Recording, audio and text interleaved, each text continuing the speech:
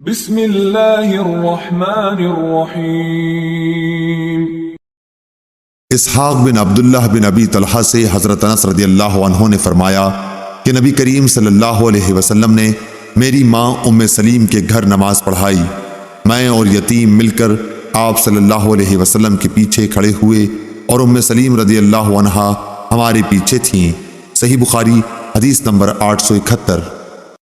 فلیج بن سلیمان نے عبد الرحمن بن قاسم سے بیان کیا، ان سے ان کے باپ قاسم بن محمد بن ابی بکر نے، ان سے حضرت عائشہ رضی اللہ عنہا نے کہ رسول صلی اللہ علیہ وسلم صبح کی نماز منہ اندھیرے پڑھتے تھے۔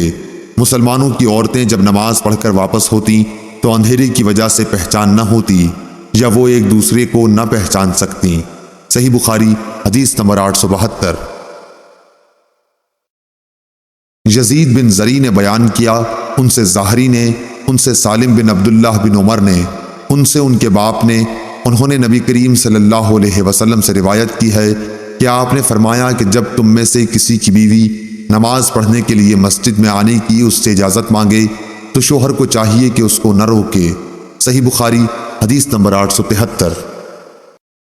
سفیان بن عیینہ نے بیان کیا، ان سے اسحاق بن عبداللہ بن ابی طلحہ نے، ان سے حضرت انس رضی اللہ عنہ نے فرمایا کہ نبی کریم صلی اللہ علیہ وسلم نے میری ماں ام سلیم کے گھر نماز پڑھائی۔ میں اور یتیم مل کر آپ صلی اللہ علیہ وسلم کے پیچھے کھڑے ہوئے اور ام سلیم رضی اللہ عنہا ہمارے پیچھے تھیں۔ صحیح بخاری حدیث نمبر 874۔ ابراہیم بن سعد نے بیان کیا، انہوں نے زہری سے بیان کیا، ان سے ہند بنت حارث نے بیان کیا، ان سے ام سلمہ رضی اللہ عنہا نے، انہوں نے فرمایا کہ رسول اللہ صلی اللہ علیہ وسلم جب سلام پھیرتے تو آپ کے سلام پھیرتے ہی عورتیں جانے کے لیے اٹھ جاتی تھیں اور آن حضور صلی اللہ علیہ وسلم تھوڑی دیر ٹھہرے رہتے، کھڑے نہ ہوتے۔ زہری نے کہا کہ ہم یہ سمجھتے ہیں آگے اللہ جانے یہ اس لیے تاکہ عورتیں مردوں سے پہلے نکل جائیں۔ صحیح بخاری حدیث نمبر 875۔ ابو الزناد نے بیان کیا، ان سے ربیعہ بن حارث کے غلام عبد الرحمن بن حرمزہ عرج نے بیان کیا کہ انہوں نے ابو ہریرہ رضی اللہ عنہ سے سنا اور آپ رضی اللہ تعالی عنہ نے نبی کریم صلی اللہ علیہ وسلم سے سنا۔ آپ صلی اللہ علیہ وسلم نے فرمایا کہ ہم دنیا میں تمام امتوں کے بعد ہونے کے باوجود قیامت میں سب سے آگے رہیں گے، فرق صرف یہ ہے کہ کتاب انہیں ہم سے پہلے دی گئی تھی، یہی جمعہ ان کا دن تھا جو تم پر فرض ہوا ہے، لیکن ان کا اس کے بارے میں اختلاف ہوا اور اللہ تعالیٰ نے ہمیں یہ دن بتا دیا، اس لیے لوگ اس میں ہمارے تابع ہوں گے۔ یہود دوسرے دن ہوں گے اور نصارہ تیسرے دن۔ صحیح بخاری حدیث نمبر 876۔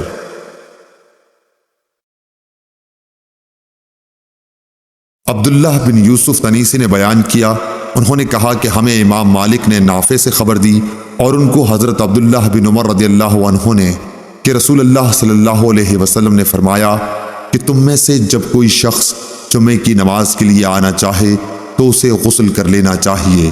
صحیح بخاری حدیث نمبر 877۔ جویریہ بن اسما نے امام مالک سے بیان کیا، ان سے زہری نے، ان سے سالم بن عبداللہ بن عمر رضی اللہ عنہ نے، ان سے ابن عمر رضی اللہ عنہ نے کہ عمر بن خطاب رضی اللہ عنہ جمعے کے دن کھڑے خطبہ دے رہے تھے کہ اتنے میں نبی اکرم صلی اللہ علیہ وسلم کے اگلے صحابہ مہاجرین میں سے ایک بزرگ تشریف لائے، یعنی حضرت عثمان رضی اللہ عنہ۔ عمر رضی اللہ عنہ نے ان سے کہا، بھلا یہ کون سا وقت ہے؟ انہوں نے فرمایا کہ میں مشغول ہو گیا تھا اور گھر واپس آتے ہی اذان کی آواز سنی، اس لیے میں وضو سے زیادہ اور کچھ غسل نہ کر سکا۔ حضرت عمر رضی اللہ عنہ نے فرمایا کہ اچھا وضو بھی، حالانکہ آپ کو معلوم ہے کہ نبی کریم صلی اللہ علیہ وسلم غسل کے لیے فرماتے تھے۔ صحیح بخاری حدیث نمبر 878۔ حضرت ابو سعید خدری رضی اللہ عنہ سے روایت ہے کہ رسول اللہ صلی اللہ علیہ وسلم نے فرمایا کہ جمعے کے دن ہر بالغ کے لیے غسل ضروری ہے۔ صحیح بخاری حدیث نمبر 879۔